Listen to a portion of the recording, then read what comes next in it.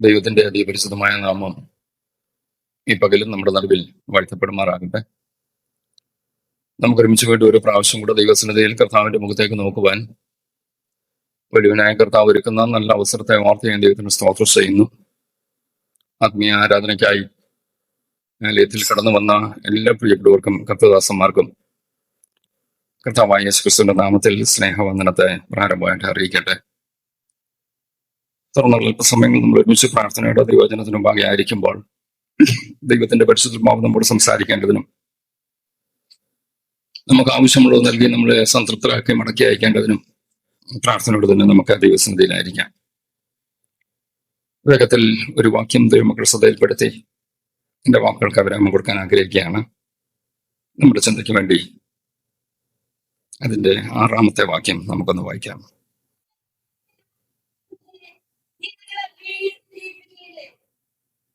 മതി ഇവിടെ വായിച്ചത്, ദൈവത്തിന്റെ ജനം ദൈവത്തിൽ ആനന്ദിക്കേണ്ടതിന് ദൈവമേ ഞങ്ങളെ വേണ്ടി ജീവിപ്പിക്കണമേ.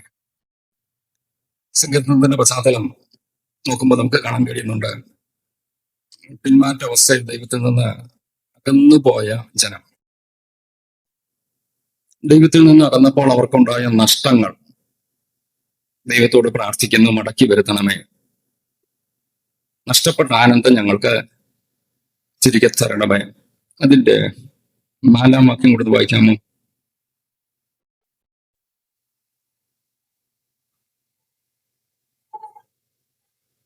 മതി. അവിടെയും പറയുന്ന വാക്ക് ശ്രദ്ധിച്ചല്ലോ, യഥാസ്ഥാനപ്പെടുത്തണം.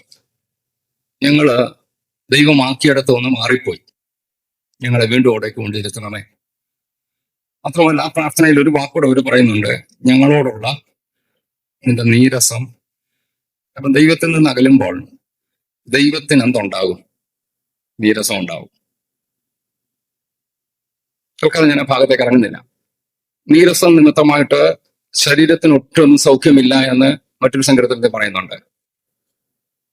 മനുഷ്യനുമായിട്ടുള്ള നീരസം പോലല്ല, ദൈവത്തിന് നീരസപ്പെട്ടാൽ, ദൈവം പിണങ്ങിയാൽ ഇച്ചിരി ബുദ്ധിമുട്ടാണ്.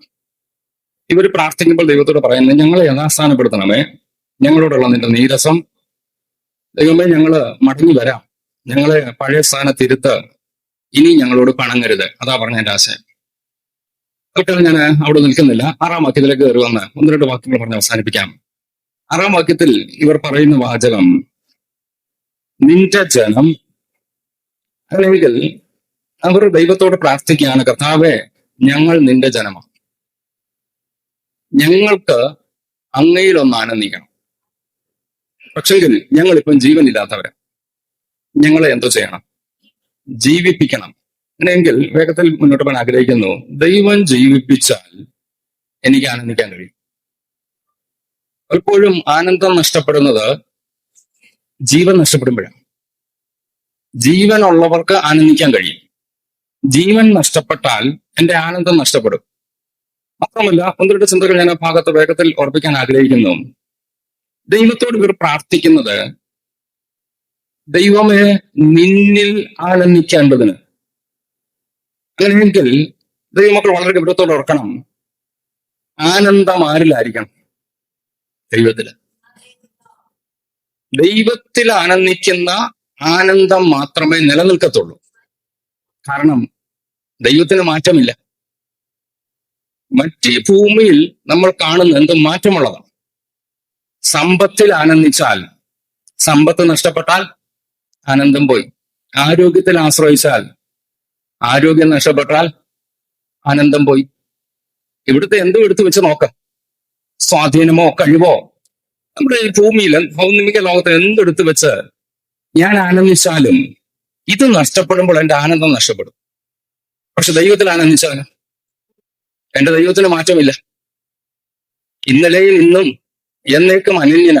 മാറ്റമില്ലാത്ത ദൈവത്തിൽ ആനന്ദിക്കുന്ന ഒരു വ്യക്തിയുടെ ആനന്ദം നഷ്ടപ്പെടത്തില്ല. എന്നാൽ ഈ വ്യക്തിയുടെ ആനന്ദം നഷ്ടപ്പെട്ടത് എപ്പോഴാണെന്ന് ചോദിച്ചാൽ, അവർ മരിച്ചു, ദൈവത്തിൽ നിന്ന് മരിച്ചു.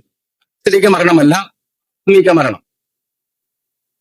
അവർ ദൈവത്തോട് പ്രാർത്ഥിക്കുന്ന പ്രാർത്ഥന, ഞങ്ങളെ ജീവിപ്പിക്കണമേ. കർത്താവേ ഞങ്ങൾ മരിച്ചുപോയി, ഞങ്ങൾ പിന്മാറിപ്പോയി, അകന്നുപോയി, ദൈവത്തിൽ നിന്ന് വേർപെട്ടു പോയി. ദൈവത്തിൽ നിന്ന് വേർപെട്ട ഞങ്ങളെ കർത്താവ് ഒന്ന് ജീവിപ്പിക്കണം, മടക്കി വരുത്തണം. ദൈവം ആഗ്രഹിക്കുന്ന ആത്മീയ നിലവാരത്തിലേക്ക് ആത്മീയ ജീവൻ കർത്താവ് ഞങ്ങളിലേക്ക് പകരണമേ എന്നാണ് ഇവർ പ്രാർത്ഥിക്കുന്നത്. അങ്ങനെ ദൈവം ആഗ്രഹിക്കുന്ന ആത്മീയ ജീവൻ എനിക്കുണ്ടാകുമ്പോൾ എനിക്ക് ആനന്ദം വരും. എന്ന ഭാഗത്ത് ഒന്ന് രണ്ട് ഉദാഹരണം എടുത്തു കാണിച്ചെന്റെ വാക്കുകൾക്ക് വിരാമം കൊടുക്കാം. ദൈവസന്നിധി വിട്ടു പോകുമ്പോൾ നഷ്ടപ്പെടുന്നത് ആനന്ദമാണ്. ഒറ്റ ഉദാഹരണം രൂത്തിന്റെ പുസ്തകം നിർത്താട്ടെ. 1-ാം അധ്യായത്തിന്റെ 20-ാം വാക്യം ഒന്ന് വായിച്ചോളൂ. രൂത്തിന്റെ പുസ്തകം 1-ാം അധ്യായം 20-ാം വാക്യം.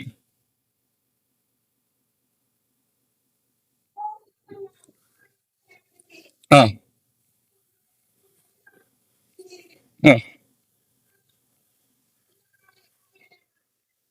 മതി. ഈ നവോമിയെ കണ്ടപ്പം നാട്ടുകാരെല്ലാം കൂടെ ആ വലിയ ബഹളത്തോട് ഓടി വരുന്ന ഒരു വരവാണ് നമ്മൾ അവിടെ കാണുന്നത്. അതിന്റെ 1-ാം വാക്യം കൂടെ ഒന്ന് വായിക്കാം. 1-ാം അധ്യായത്തിന്റെ 1-ാം വാക്യം കൂടെ. ഉം, ഉം.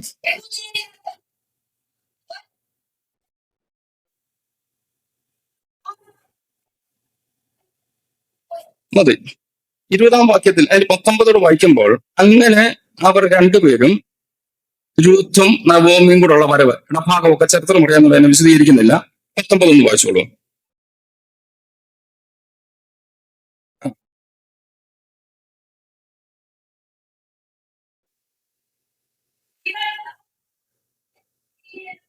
മതി. 10 വർഷത്തിന് ശേഷം സ്വന്തം നാട്ടിലേക്ക് മടങ്ങി വരുന്ന വരവാണ്. നമുക്കറിയാം ആ ചരിത്രം. അങ്ങോട്ട് പോയത് 4 പേര്, മടങ്ങി വന്നത് 2 പേര്. ആ കൂട്ടത്തിൽ തന്നെ പോയ 3 പേരില്ല. പുതുതായ അപരിചിതയായ ഒരാളെയും കൂട്ടിക്കൊണ്ട് നവോമി വരുന്നു. 10 വർഷത്തിന് ശേഷം മോവാബിൽ നിന്ന് മടങ്ങി വരുന്ന നവോമി ബേത്ലഹേമിലെത്തി. അപ്പൊ നാട്ടുകാർക്ക് ഒരു സംശയം.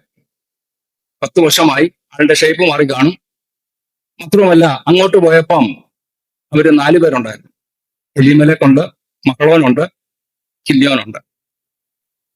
അന്ന് ഇന്നത്തെ പോലുള്ള വാർത്താവിനിമയ സൗകര്യമൊന്നും ഇല്ലാത്തതുകൊണ്ട് എലീമേലെക്കും മഹ്ലോനും കില്യോനും മരിച്ചതൊന്നും നാട്ടുകാരും അറിഞ്ഞിട്ടില്ല. എന്നാൽ ആ വരവ് കണ്ടപ്പോൾ അവർക്കൊരു സംശയം. നവോമിയുടെ ഷേപ്പ് കണ്ടപ്പോൾ ഇത് നവോമി തന്നെ ആണോ? അവർ ചോദിക്കുന്ന ചോദ്യമുണ്ടല്ലോ. 20-ാം വാക്യം ഒന്ന് വായിച്ചേ. അല്ല, 20, അതെ, 19 ലാസ്റ്റ്. ഇവൾ നവോമിയോ എന്ന്. അങ്ങനെയെങ്കിൽ ഇവർക്കൊരു സംശയം. 10 വർഷം മുമ്പ് ഇവിടുന്ന് പോയ കൊച്ചമ്മ തന്നെയാണോ ഇത്? കാരണം ഉറപ്പില്ല. അങ്ങോട്ട് പോയപ്പോൾ ഉണ്ടായിരുന്നവരില്ല, ഇവർക്ക് പരിചയമില്ലാത്ത ഒരാൾ കൂടെ. നവോമിയുടെ മറുപടി എന്താ? അടുത്ത വാക്യം. ആ മതി. ഞാൻ ഭാഗത്തേക്ക് കയറാൻ ആഗ്രഹിക്കുന്നു. നവോമി എന്ന വാക്കിന്റെ അർത്ഥം ആനന്ദമാണ്. നാട്ടുകാരെല്ലാം കൂടെ ചോദിച്ചു, ഇത് നമ്മുടെ പഴയ ആനന്ദമല്ലേ? അപ്പം ഈ ആനന്ദത്തിന്റെ മറുപടി എന്തോ? ഞാൻ കയ്പ. ചോദിച്ചോട്ടെ, നാട്ടുകാരാണോ നവോമിയുടെ പേര് മാറ്റിയേ? നാട്ടുകാരെന്തോ ചോദിച്ചേ? ആനന്ദമല്ലേ? അപ്പൊ നവോമി എന്താ പറയുന്നത്? ഞാൻ കയ്പ. ഈ പലപ്പോഴും നമ്മൾ ഓർക്കണം, നമ്മുടെ പേര് മാറ്റുന്നത് ആരാ? നമ്മൾ തന്നെയാ. ദൈവം നമ്മളെ വിളിച്ചത് ആനന്ദിക്കാൻ. ഇനി നാട്ടുകാരുടെ മുമ്പിൽ നമ്മളെ കുറിച്ച് പൊതുവെ ബന്ധുക്കോസൊക്കെ ചോദിക്കുന്നുണ്ടല്ലോ, അവർ ഭയങ്കര തുള്ളലുകാരാ, ആനന്ദിക്കുന്നവരാ, കൈയടിക്കുന്നവരാ. നമുക്ക് ആനന്ദമുണ്ടെന്ന് നാട്ടുകാര് പറയും. പക്ഷെ നമ്മളെന്താ പറയും? ഓ, ഞങ്ങൾക്കിതൊന്നും. വളരെ ഗൗരവത്തോടെ അർത്ഥമാണ്. നാട്ടുകാർ നമുക്കൊരു വില ഇട്ടിട്ടുണ്ട്, കളയരുത്. നവോമിയാണോ എന്ന് ചോദിക്കുമ്പോൾ പറയണം, ഞാൻ നവോമിയ. നിനക്ക് ആനന്ദമുണ്ടോ എന്ന് ചോദിച്ചാൽ, ഓ, എന്നോ പറയാനാണ്, ഒരു സുഖവുമില്ല. ശരീരത്തിനും മനസ്സിനും ഈ വാക്ക് വരരുത്. ദൈവകൃപയാൽ സന്തോഷമായിരിക്കും എന്ന് പറഞ്ഞു. വേദനയുണ്ട്, രോഗമുണ്ട്, ദുഃഖമുണ്ട്, എല്ലാം ഉണ്ട്. മാനസികമായി നമ്മളെ അലട്ടുന്ന ഒത്തിരി പ്രശ്നങ്ങൾ കാണും. പക്ഷെങ്കിൽ മറ്റുള്ളവരുടെ മുമ്പിൽ ഞാൻ പറയണം, ഞാൻ ആനന്ദമാണ്. ഈ ആനന്ദം മാറയായി മാറി, കയ്പായി മാറി. താൻ പറയുകയാണ്, ഞാൻ ആനന്ദമല്ല, ഞാൻ ആരാ? ഞാൻ കയ്പ. അടുത്ത വാക്യം കൂടി വായിച്ചോളൂ. ആ ആ അതെ, ഈ കയ്പായി. ഇതിപ്പോ ആരാ എന്റെ കുഴപ്പക്കാരൻ? അല്ല, ഈ നവമി പറയുന്ന ആരാ കുഴപ്പക്കാരൻ? ആര്? സർവശക്തൻ എന്നോട് ഏറ്റവും കയ്പായത് മനുഷ്യമായി ചിന്തിക്കുമ്പോൾ ശരിയാ. ഭർത്താവ് പോയി, 2 മക്കള് പോയി. ഭർത്താവിന് വേണ്ടി, മക്കൾക്ക് വേണ്ടി എല്ലാ ദിവസവും പ്രാർത്ഥിക്കുന്ന സഹോദരിയുടെ പ്രാർത്ഥന ദൈവം കേൾക്കാതെ വന്നപ്പം ആ സഹോദരിയുടെ തീരുമാനം ഇതാ, ആരാ ഈ ദോഷം മുഴുവൻ ചെയ്ത്? അവിടെ തന്നെ എഴുതിയിട്ടുണ്ടല്ലോ. നിങ്ങളുടെ കാര്യമല്ലല്ലോ പറയുന്നത്, നവമിയുടെ കാര്യമല്ലയോ? എന്താ എല്ലാവരും മൗനമായിരിക്കുന്നത്? നവമി പറയുകയാണ്, ദൈവം എനിക്ക് ഏറ്റവും കയ്പായത് ചെയ്തു. ദൈവമക്കളെ, ഞാൻ പറഞ്ഞോട്ടെ, ദൈവം കയ്പ് ചെയ്യുന്ന ദൈവമല്ല. ഞാൻ ദൈവത്തിൽ നിന്ന് അകന്നുപോയി ചില കയ്പേറ്റു വാങ്ങിയിട്ട് പറയുന്നത് എന്തോ? ദൈവം എനിക്ക് ദോഷം ചെയ്തു. അബദ്ധം പറയരുത്. ഇവര് പോയ സ്ഥലം 1-ാം വാക്യം വായിക്കണ്ട, ബേത്ലഹേമിൽ നിന്നാ പോയത്. ബേത്ലഹേം എന്ന വാക്കിന്റെ അർത്ഥം എന്തോ മക്കളെ? അപ്പത്തിന്റെ ഭവനം, സമൃദ്ധിയുടെ ഭവനം. ഒന്നിനും കുറവില്ലാത്തടമാണ് ബേത്ലഹേം. ഒന്നിനും കുറവില്ലാത്തവിടത്ത് തൽക്കാലത്തേക്കൊരു ക്ഷാമം, ദീർഘകാലത്തെ ക്ഷാമമല്ല. അവർ അവിടെ പാർക്കുമ്പോൾ തന്നെ അറിഞ്ഞു, ബേത്ലഹേമിൽ ദൈവം ആഹാരം കൊടുക്കുന്നുവെന്ന് അറിഞ്ഞു മടങ്ങി വന്നെങ്കിൽ 10 വർഷമൊന്നും അവർ ക്ഷാമം ഉണ്ടായി കാണത്തില്ല. ഒരു ചെറിയ ഷോർട്ട് പീരീഡ് ക്ഷാമം ഉണ്ടായി. എന്തല്ലോ ഇവരറിഞ്ഞത് ലേറ്റായാണെന്ന് മാത്രമേ ഉള്ളൂ. അപ്പത്തിന്റെ ഭവനത്തിൽ നിന്നും, ദൈവം നൽകിയ സമൃദ്ധിയിൽ നിന്നും, ദൈവം നൽകിയ ആനന്ദദേശത്ത് നിന്നും മാറിപ്പോയിട്ട് ദോഷം വന്നത് ദൈവം വരുത്തിയതല്ല, ദൈവത്തിൽ നിന്നകന്നതിന്റെ ഫലമായി അനുഭവിച്ചത്. Praise God, hallelujah. ആ വാക്യം ഒന്നിടന്ന് ആവർത്തിക്കുന്നു. ചിലപ്പോൾ ജീവിതത്തിൽ കയ്പ് കയറി വരുമ്പോൾ ഒരു കാര്യം മനസ്സിലാക്കണം, അത് ദൈവം വരുത്തിയതല്ല. ഞാൻ ദൈവസന്നിധിയിൽ നിന്ന് അകന്നത് നിമിത്തം ഞാൻ വിളിച്ചു വരുത്തിയതാ കയ്പ്. കൃപ, ദൈവകൃപ. വ്യക്തിപരമായി, കുടുംബമായി നമ്മളെയൊക്കെ നോക്കിക്കൊണ്ട് നമുക്ക് ഇങ്ങനെ പറയണം, കർത്താവേ, അത്യുന്നതൻ സർവശക്തൻ എനിക്ക് കയ്പ് വരുത്തത്തില്ല. നവോമിയുടെ വാക്ക് ചേർന്ന് പറയരുത്, ഞാൻ അത്യുന്നതനിൽ നിന്ന്, സർവശക്തനിൽ നിന്ന് അകന്നു പോയതിന്റെ ഫലമായിട്ട് എന്റെ ജീവിതത്തിൽ ഞാൻ വരുത്തി വെച്ച ചില കയ്പ. കൃപ, ദൈവകൃപ. നമുക്ക് ദൈവത്തോട് അങ്ങനെ ഒന്ന് പ്രാർത്ഥിക്കാം ഈ ദിവസങ്ങളിൽ. കർത്താവേ, അങ്ങയിൽ നിന്ന് അകന്നു പോകാൻ ഇടവരരുത്. എന്തു വന്നാലും അപ്പത്തിന്റെ ഭവനം വിട്ടു പോകാൻ എന്നെ അനുവദിക്കരുത്. കർത്താവേ, അങ്ങയുടെ സന്നിധിയിൽ സന്തോഷത്തിന്റെ പരിപൂർണതയുണ്ട്. അങ്ങയുടെ സന്നിധിയിൽ എല്ലാം ഉണ്ട് കർത്താവേ. എന്നാൽ തൽക്കാലത്തേക്ക് എന്തോ ഒരു കുറവെന്ന് കണ്ടുകൊണ്ട് ദൈവത്തെ വിട്ടേച്ച് പോകാൻ കർത്താവെ എന്നെ അനുവദിക്കരുത്. ദൈവത്തോട് പ്രാർത്ഥിച്ചാട്ട് എന്തു വന്നാലും ദൈവസന്നിധിയിൽ, ദൈവകൃപയിൽ പിടിച്ചു നിൽക്കാൻ എന്നെ സഹായിക്കണമേ. കൃപ ഇല്ല എങ്കിൽ നമ്മളിവിടെ വായിച്ചതുപോലെ ചില കയ്പൊക്കെ വന്നു കയറും. എന്നോട് പറയുന്നു, സർവശക്തനല്ല കയ്പ് വരുത്തിയത്, സ്വയം വരുത്തി വെച്ച കയ്പ. ഞാൻ അവിടെ പറയുന്ന വാക്ക്, എന്റെ ആനന്ദം പോയി. ഞാൻ വേഗത്തിൽ മുന്നോട്ട് പോകാൻ ആഗ്രഹിക്കുന്നു. ആനന്ദം പോയത് എപ്പോഴാ? ദൈവസന്നിധിയിൽ നിന്ന് പോയോണ്ട്. ദൈവസന്നിധിയിൽ തന്നെ നിന്നിരുന്നെങ്കിൽ എന്ത് പോകത്തില്ല? ആനന്ദം പോകത്തില്ല. ദൈവസന്നിധി വിട്ടുപോയതിന്റെ ഫലമായിട്ട് ആനന്ദം നഷ്ടപ്പെട്ടു.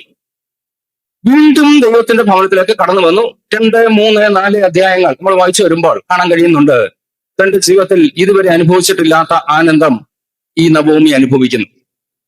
ദൈവസന്നിധിയിലേക്ക് മടങ്ങിയെത്തിയപ്പോൾ വീണ്ടും ആനന്ദം.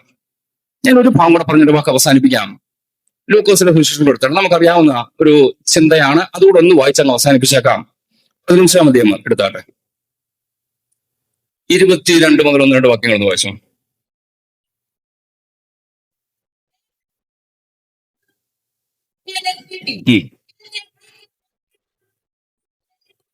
ആ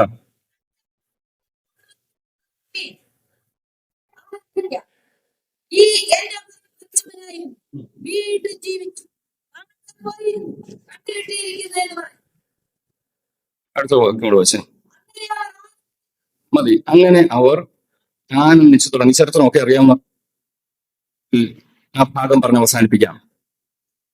വീട് വിട്ടു പോയ ഇവന് നമ്മൾ പറയുന്ന പേര് മുടിയൻ പുത്രൻ പിടിച്ചു. അതുകൊണ്ട് അവൻ ആ പേര് വന്നത്. അവൻ നശിച്ചില്ല, സ്വത്ത് നശിപ്പിച്ചെങ്കിലും അവൻ നശിച്ചില്ലല്ലോ, തിരിച്ചു വന്നു. ഈ മകൻ വീട്ടിൽ വന്നപ്പോൾ അപ്പം പറയുന്ന വാക്കാണ് 22 വാക്യം. ഒരിക്കൽ കൊടുത്ത് വായിച്ചോളൂ. 22. ആ, ആ, ആ, ആ.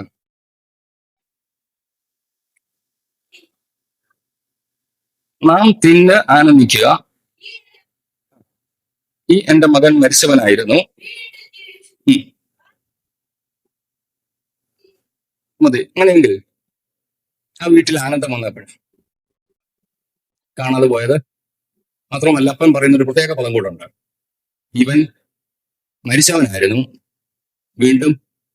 അങ്ങനെയെങ്കിൽ അപ്പന്റെ വീട്ടിൽ നിന്നും കുറെ കാലത്തേക്ക്, എത്ര കാലം എന്ന് അറിഞ്ഞുകൂടാ, എന്താണേലും കുറെ കാലത്തേക്ക് മകൻ ഇറങ്ങിപ്പോയപ്പോൾ അപ്പൻ അവനെ കുറിച്ച് പറയുന്ന വാക്കെന്തോ? അവൻ മരിച്ചു. വ്യക്തമായി തിരിച്ചറിയണം. ദൈവസന്നിധിയിൽ നിന്ന് ഒരു വ്യക്തി മാറിപ്പോകുമ്പോൾ ദൈവത്തിന്റെ ദൃഷ്ടിയിൽ അവൻ ആരാ? മരിച്ചവന്. നമ്മൾ ചോദിച്ചാൽ ആരോഗ്യമുണ്ട്, ആഹാരം കഴിക്കുന്നുണ്ട്, ജോലി ചെയ്യുന്നുണ്ട്, എല്ലാം ഉണ്ട്. പക്ഷെങ്കിൽ ദൈവത്തിൽ നിന്ന് അകന്നാൽ ദൈവം അവനെ കുറിച്ച് വിളിക്കുന്നത് അത് മരിച്ചവൻ. ആരോഗ്യത്തോടെ നടക്കുന്നു, ജോലി ചെയ്യുന്നു, കണ്ണു കാണാൻ കഴിയും, ആഹാരം കഴിക്കാൻ കഴിയും, എല്ലാം കഴിയും. പക്ഷെങ്കിൽ ദൈവത്തിന്റെ ദൃഷ്ടിയിൽ അവർ മരിച്ചവൻ. അല്ലെങ്കിൽ ഞാൻ നിങ്ങളോട് ചോദിച്ചോട്ടെ, ജീവനുള്ള ചില ശവങ്ങൾ എന്ന് വേണമെങ്കിൽ പറയാം.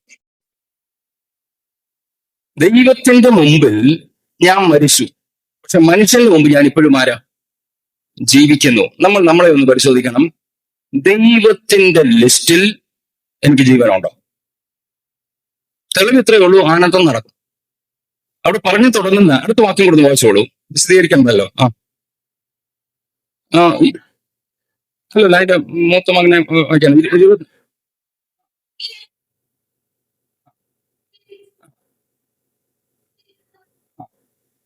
അങ്ങനെ അവർ എങ്കിൽ അപ്പന്റെ വീട്ടിൽ ആനന്ദം തുടങ്ങുന്നത് ഒരു വീണ്ടും ജീവൻ നടക്കുമ്പോൾ, ജനനം നടക്കുമ്പോൾ.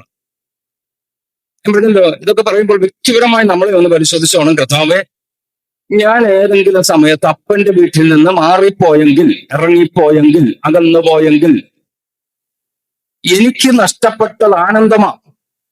അതിന്റെ മുകൾ ഭാഗങ്ങളൊക്കെ വായിക്കുമ്പോൾ കാണാൻ കഴിയുന്നുണ്ട്. അപ്പന്റെ വീട്ടിൽ ജോലിക്കാർ തിന്നു ശേഷിപ്പിക്കുമ്പോൾ അപ്പന്റെ മകൻ പട്ടിണി കിടക്കുന്നു.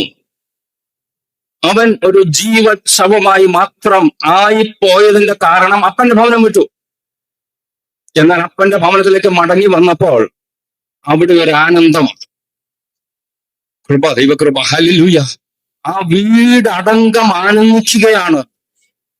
ഇന്ന് പകൽ നമുക്ക് ദൈവത്തോട് ഇങ്ങനെ ഒന്ന് പറയാൻ, കർത്താവേ, എന്റെ ആത്മീയ ജീവിതത്തിൽ ഞാൻ എന്നെങ്കിലും എപ്പോഴെങ്കിലും അറിയാതെയെങ്കിലും അപ്പന്റെ വീട്ടിൽ നിന്ന് അകന്നു പോയെങ്കിൽ കർത്താവേ, എന്നെ ഒന്ന് മടക്കി വരുത്തണമേ. ഞാൻ ആനന്ദിക്കേണ്ടതിന് എന്നെ ഒന്ന് വീണ്ടും ജീവിപ്പിക്കണമേ. ഇന്ന് പകൽ എത്ര പേർക്ക് ദൈവത്തോടൊന്ന് പ്രാർത്ഥിക്കാൻ കഴിയും? കർത്താവിനെ കണ്ടുമുട്ടിയ നാളിൽ ആത്മീയതയുടെ അത്യുച്ചകോടിയിൽ തീക്ഷ്ണതയിൽ നിന്നപ്പോൾ ഉള്ള ആനന്ദം ഇന്ന് അനുഭവിക്കാൻ കഴിയുന്നില്ലെങ്കിൽ അതിന്റെ അർത്ഥം ഞാൻ എവിടെയോ മരിച്ച വ്യക്തിയായി മാറി. കൃപ, ദൈവകൃപ, ഹല്ലേലൂയ. വ്യക്തിപരമായി നമ്മളോട് തന്നെ ഈ ചോദ്യം ഒന്ന് ചോദിച്ചാട്ട്, കർത്താവേ, ഞാൻ ദൈവത്തിൽ ആനന്ദിച്ച ഒരു സമയമുണ്ട്, ആത്മാവിൽ നൃത്തം ചെയ്തൊരു കാലമുണ്ട്, വചനത്തിന് മുമ്പിൽ ആനന്ദിച്ച തുള്ളിയൊരു കാലഘട്ടമുണ്ട്, ദൈവസന്നിധി എന്ന് കേൾക്കുമ്പോൾ എന്റെ ആനന്ദം വർദ്ധിച്ചൊരു കാലഘട്ടമുണ്ട്. എന്നാൽ ഇന്ന് എനിക്ക് ആ രീതിയിൽ ആനന്ദിക്കാൻ കഴിയുന്നില്ലെങ്കിൽ അതിന്റെ അർത്ഥം ഞാൻ അപ്പന്റെ വീട്ടിൽ നിന്ന് അകന്നു മാറി. ഞാൻ മരിച്ചു. ഞാൻ ഇന്നും ജീവനോടുണ്ടെങ്കിലും അപ്പൻ പറയുന്നു മരിച്ചു. കൃപ, ദൈവകൃപ.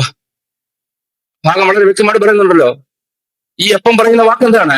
ഈ എന്റെ മകൻ മരിച്ചവനായിരുന്നു, എന്നാൽ വീണ്ടും ജീവിച്ചു. എപ്പോഴാ വീണ്ടും ജീവിച്ചത്? ഭവനത്തിൽ മടങ്ങിയെത്തിയപ്പോൾ. ഇന്ന് പകൽ ഞാൻ എന്റെ വാക്കോട് അവസാനിപ്പിക്കുമ്പോൾ ഉറപ്പിച്ചോട്ടെ, ആനന്ദം വേണ്ട വിധത്തിൽ ദൈവസന്നിധിയിൽ ആനന്ദിക്കാൻ കഴിയുന്നില്ലെങ്കിൽ മറ്റു പലതിലുമൊക്കെ ഒരുപക്ഷെ ആനന്ദം കണ്ടെത്തുന്നുണ്ടായിരിക്കാം. എന്നാൽ ദൈവത്തിൽ ആനന്ദിക്കാൻ, ദൈവസന്നിധിയിൽ ആനന്ദിക്കാൻ, ആത്മാവിൽ ആനന്ദിക്കാൻ, വചനത്തിൽ ആനന്ദിക്കാൻ, ആത്മീയ കൂട്ടായ്മയിൽ ആനന്ദിക്കാൻ കഴിയുന്നില്ലെങ്കിൽ അതിന്റെ അർത്ഥം ഞാൻ എവിടെയോ മരിച്ച വ്യക്തിയാണ്. ദൈവത്തോട് പ്രാർത്ഥിച്ചാട്ട്, കർത്താവേ എന്നെ ഒന്ന് ജീവിപ്പിക്കണമേ. കൃപ, ദൈവകൃപ, ഹല്ലേലൂയ. എന്നെ ജീവിപ്പിച്ചാലുള്ള ഗുണം ആ വീട് ആനന്ദിക്കുക. അവിടെ ഇരിക്കുന്ന വേലക്കാരും ആ ബന്ധുമിത്രാദികൾ ചാർച്ചക്കാരെ എല്ലാം വിളിച്ചു. അവര് പറയുകയാണ്, നമുക്ക് ആനന്ദിക്കാം, കാരണം ഒരുത്തൻ ഇന്ന് ജീവിച്ചു. നമ്മൾ ദൈവസ്ഥലത്തിലൊക്കെ മടങ്ങിയെത്തുമ്പോൾ ഏറ്റവും അധികം ആനന്ദിക്കുന്നത് സ്വർഗമാണ്. സ്വർഗീയ ദൂതന്മാർ ഒരുമിച്ച് ആനന്ദിക്കുകയാണ്. വീട് വിട്ടുപോയൊരുത്തൻ ആ പഴയ ആത്മീയ നിലവാരത്തിലേക്ക് എത്തിച്ചേർന്നല്ലോ എന്ന് പറഞ്ഞ് ഓർത്താനന്ദിക്കത്തക്കതുപോലെ ഈ ദിവസങ്ങൾ നമുക്ക് ദൈവത്തോട് പ്രാർത്ഥിക്കാൻ, കർത്താവേ ആനന്ദിക്കാനുള്ള കൃപ എനിക്ക് തരണമേ. കൃപ, ദൈവകൃപ, ഹല്ലേലൂയ. ദൈവം നമ്മളെ വിളിച്ചത് ആനന്ദിക്കാനായിട്ടാണ്. ദൈവത്തിൽ ഉള്ള ആനന്ദത്തെ കുറിച്ച് ഒരു വാക്കോടെ പറഞ്ഞ് അവസാനിപ്പിച്ചേക്കാം. ഈ ദൈവത്തിലുള്ള ആനന്ദം നടക്കുമ്പോൾ വീടടങ്കമുള്ള ഒരു ആനന്ദമുണ്ട്. അതായത് അപ്പോസ്തലപ്രവൃത്തി 16-ാം അധ്യായത്തിൽ കാരാഗ്രഹ പ്രമാണിയുടെ കുടുംബത്തെ കുറിച്ച് അതിന്റെ 34-ാം വാക്യം എന്ന് വെച്ചേ.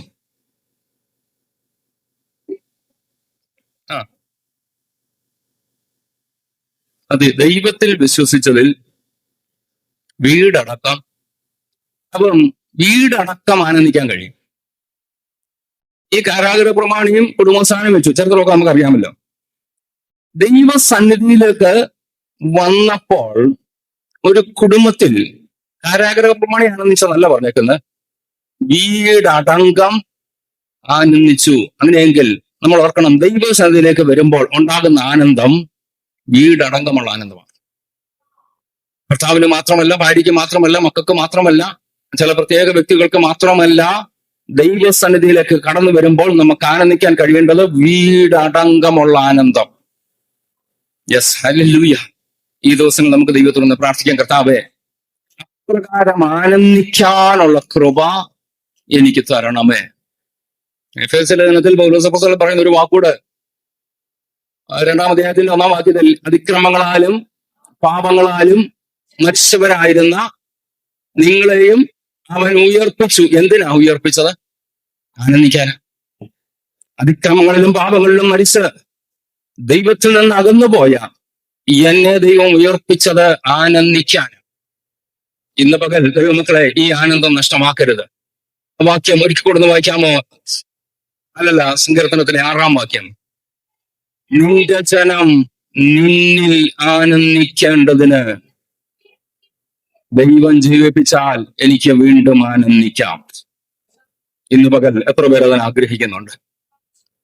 ഇസ്രായേൽ പ്രാർത്ഥിച്ചതുപോലെ ദൈവമക്കളെ ഇന്ന് പകൽ ഈ ആലയത്തിൽ ഇരുന്നു കൊണ്ട് എത്ര പേർക്ക് പ്രാർത്ഥിക്കാൻ കഴിയും?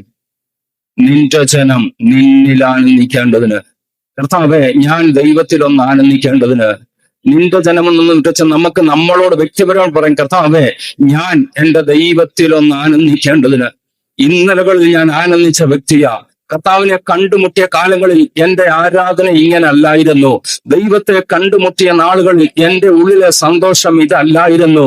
ആത്മീയതയുടെ തീക്ഷ്ണതയിൽ വന്ന കാലത്ത് എന്റെ ആരാധന ഇങ്ങനെ അല്ലായിരുന്നു. എന്റെ സന്തോഷം വ്യത്യസ്തമായിരുന്നു. കർത്താവേ, എന്നാൽ എവിടെയോ മരിച്ചുപോയി, എവിടെയോ ദൈവത്തിൽ നിന്ന് അകന്നു മാറിപ്പോയി. എന്നെ ഒന്ന് വീണ്ടും ജീവിപ്പിക്കണമേ. കൃപ, ദൈവകൃപ, ഹല്ലേലൂയ. വ്യക്തിപരമായി നമുക്ക് ആ പ്രാർത്ഥന ഇന്ന് പ്രാർത്ഥിക്കാം. കർത്താവേ, ഞാൻ അങ്ങയിൽ ആനന്ദിക്കേണ്ടതിന് എന്നെ ജീവിപ്പിക്കണം. കർത്താവേ, എന്റെ ജീവിതത്തിൽ കർത്താവേ എവിടെയോ അകന്നുപോയി. ആ നവോമിയെ പോലെ ആനന്ദം നഷ്ടമാക്കി, ആ മകനെ പോലെ വീട്ടിലെ സൗഭാഗ്യങ്ങൾ നഷ്ടമാക്കി. മടങ്ങി വരുമ്പോൾ എനിക്കൊരു ആനന്ദമുണ്ട്. കർത്താവേ, ഈ ദിവസങ്ങൾ എന്നെ ഒന്ന് മടക്കി വരുത്തണമേ. കൃപ, ദൈവകൃപ. മടങ്ങി വന്നാൽ ദൈവമക്കൾ ഞാൻ ആവർത്തിച്ചോട്ടെ, വീടടങ്കം ആനന്ദിക്കത്തക്ക രീതിയിൽ ചില ദൈവപ്രവൃത്തി വെളിപ്പെടുത്തുവാൻ കർത്താവ് ആഗ്രഹിക്കുന്നു. ഈ ദിവസങ്ങളിൽ വ്യക്തിപരമായി, സഭയായി, കുടുംബമായി നമ്മുടെ ജീവിതത്തിൽ കർത്താവ് അത് ചെയ്യട്ടെ എന്നുള്ള ആഗ്രഹത്തോടെ ഞാൻ എന്റെ വാക്കുകൾക്ക് ഇവിടെ വിരാമം കൊടുക്കട്ടെ. ദൈവം നമ്മളെ ഇവരെ സഹായിക്കുകയും അനുഗ്രഹിക്കുകയും ചെയ്യുമാറാകട്ടെ.